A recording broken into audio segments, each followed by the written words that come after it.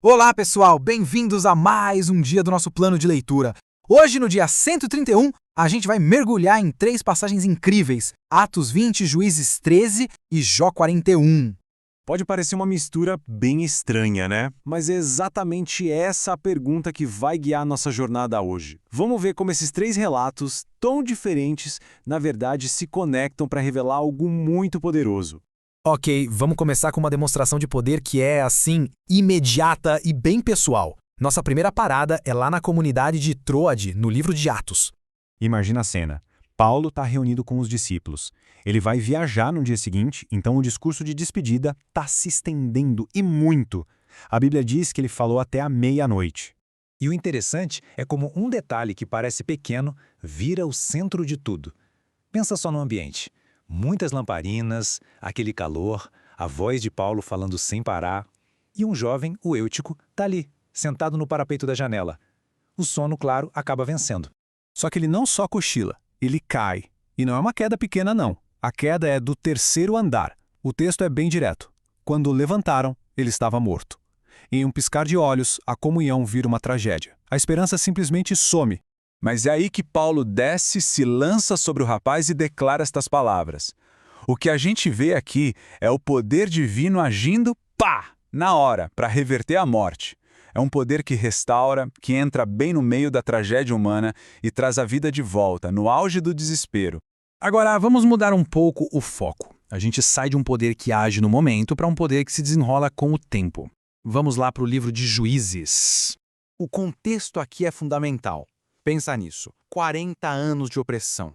O povo de Israel, de novo, está fazendo o que Deus não aprova e a consequência é o domínio dos filisteus. É um tempo muito longo de desespero, esperando por libertação.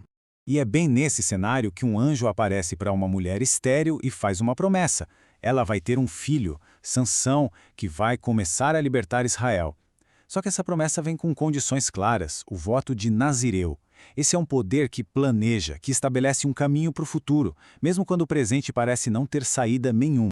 Quando Manoá, o marido, pergunta o nome do mensageiro, a resposta é simplesmente fascinante. Meu nome está além do entendimento, ou, como dizem outras traduções, é maravilhoso. Isso mostra que a fonte dessa promessa não é nada humana, é divina, misteriosa e soberana. A reação humana a esse encontro diz tudo. Manoá vê o poder de Deus e sente medo, medo de morrer. A esposa dele, por outro lado, vê o mesmo poder e o interpreta pela fé. Ela entende que a promessa e a oferta aceita eram sinais de favor e não de destruição. O poder profético de Deus muitas vezes precisa da fé para ser compreendido.